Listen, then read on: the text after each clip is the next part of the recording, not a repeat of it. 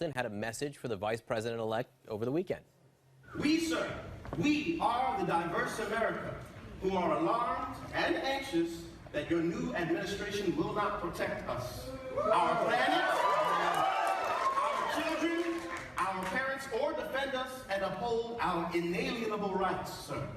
But we truly hope that this show has inspired you to uphold our American values and to work on behalf of all of us. All of us. All right, well, the vice president-elect said he was not offended. The president-elect Trump, he feels otherwise. This is just the latest tweet from a string of tweets against the Broadway show. He said the cast and producers of Hamilton, which I hear is highly overrated, should immediately apologize to Mike Pence for their terrible behavior.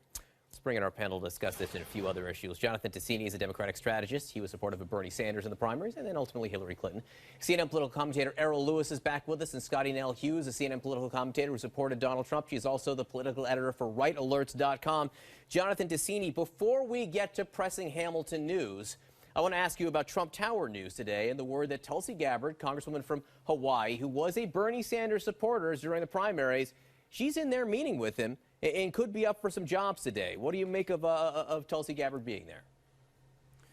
Well, frankly, I just learned about this recently, so I can't comment or go deeply into it. I will say that Tulsi Gabbard has had what I consider to be more conservative, if you want to use the term, positions on things like gun control and on immigration. So she, in my view, I'm just speaking personally, I don't want to necessarily reflect Bernie Sanders himself, but in my view, she wouldn't be seen like a Nina Turner and someone like that who's very progressive across the board.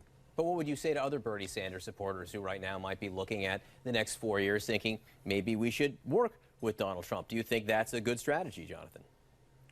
Well, no, and I've said this before, actually the other night with you on the other one evening, I guess we were on AC 360. I don't think we should normalize Donald Trump. I think that the man we saw running as a racist, a demagogue, a very dangerous person, attacking Muslims, Mexicans, is the same man that unfortunately is about to take hold of the office. And I believe we have to have one goal, which is to make him a one-term president and delegitimize him at every turn possible. Interesting to see Tulsi Gabbard there today meeting with him. We'll wait to see what comes out of that meeting. Errol, now to the pressing Hamilton news, which I think is perfectly representative, right? I mean, the liberals sort of suggest that they're scared of Donald Trump for one reason. Donald Trump lashes back. Then you know, coastal liberals are sort of pointing to this as an example of how ridiculous Trump is, and then Trump wins, or not. But this is a representative battle right now. Well, I think so, yeah. It's interesting just because the very diversity of the cast and, frankly, the manners, the earnest and sort of passionate and polite way in which they put forward this values statement, you know, has enraged certain people on the other side. And I guess Donald Trump is the leader of those people and was, in fact, enraged by it. It's a little curious, you know, as a New Yorker to sort of see that kind of a reaction. Mike Pence himself said that it's what freedom sounds like. That's what he told his kids, and that he wasn't offended. Donald Trump, for some reason, wants to sort of pick this fight. There's a popular theory going around, a credible one in my opinion, that this is what he's going to do partly because it's something he likes to do, and partly because it distracts us from talking about a lot of the other issues, including a lot of these business conflicts of interest. The business conflicts of interest. People immediately said on Friday when this all began that, you know, he would be distracting from the $25 million settlement that he made over Trump University. You know, I think he likes to use Twitter. It's unclear whether he does it to distract or not. He just likes it. Scottie Nell Hughes, you know, the vice president-elect Mike Pence said he didn't have a problem with it. The cast of Hamilton this morning said they're not going to apologize. What does Donald Trump get out of it at this point? Well, I think it's real interesting, to be honest with you, John, that since the election, there's been just this idea between some members of the arts, the entertainment, as well as the media, to basically vote shame those supporters of Donald Trump, those 61 million people that actually supported Mr. Trump. And I think Mr. Trump basically had enough after watching 2 weeks of this happen. And then you had this attack on Vice President Pence when he was out with his family.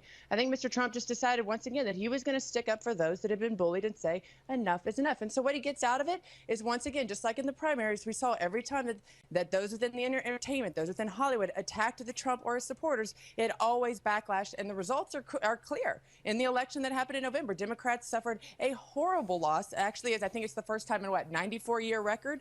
So I don't know if this is necessarily the course of action that they should be exploring going forward. Jonathan, see, I will note that Democrats, at least Hillary Clinton right now, is enjoying a lead in the popular vote, which gets her not very much, or in fact, nothing. But Jonathan Tasini, you know, is this not a case, then, if what Scottie is saying is true, of, you know, these coastal elites, for lack of a better word, speaking past Trump supporters? No, I don't think so. You know, lots of people between the two coasts voted for Democrats, both in the presidential election, Senate races, and as you point out, Hillary Clinton has a popular vote lead. I want to hammer both points that you made and that Errol made very specifically. I think that part of this might be a genius to cover up the settlement with Trump University, $25 million, which underscored that Donald Trump is a con man and a fraud. He's been sued thousands of times, more than any businessman in history, I think, or certainly any political candidate. I think he did that perhaps intentionally. But look, it's fine to have a debate in the country. It's fine for a politician or the president-elect to contest someone, but not to act like a 15-year-old and an adolescent and someone who's unhinged and deranged. This is not the way to conduct a debate. And I think that the fear I have, and the fear that Americans should have, is that you have somebody going into the Oval Office that's going to conduct foreign policy, domestic policy through insults on Twitter. That is not the way to run a country. I will note, if he's trying to cover up the Trump University thing by tweeting, he actually did tweet about the Trump University settlement. So that sort of, you know, flies in the face of that theory. But in terms of then continue to tweet about this, we're now focused on this when we should be talking about both your point about the conflicts of interest that he's facing now around the globe, but also on the real notion of what this settlement did. It underscored that we now have somebody going to the Oval Office who's a fraud and a con man. And that goes to the kind of policies that I think we're going to see and the kind of behavior we're going to see out of the Oval Office. And that is staggering to me. Scottie, I've got to give you 20 seconds to respond. Real simple. I mean, you listen to what Jonathan just said and the accusations and the very divisive words that he used and the hateful words that he used to describe Mr. Trump. He's also describing the 61 million people that support him. So right no, that's now, not true, Scottie. I'm not talking about voters. Let Scottie finish. Not talking about the voters. Let Scottie finish. We only got 10 seconds left, Jonathan. Exactly. People have to decide whether they want to value these supporters or not. Do they want to lose the dollars and the viewership? That's up for management to decide. All right, Errol, what's my last question to you? Can you get me Hamilton tickets? You know, I'm hoping that one of those boycotters might want to slide some by here. Right. I could use a pair myself. That's completely apolitical. Me too, I just Errol. want to get into the show. I haven't been able to see the show. Guys, thank you very, very much.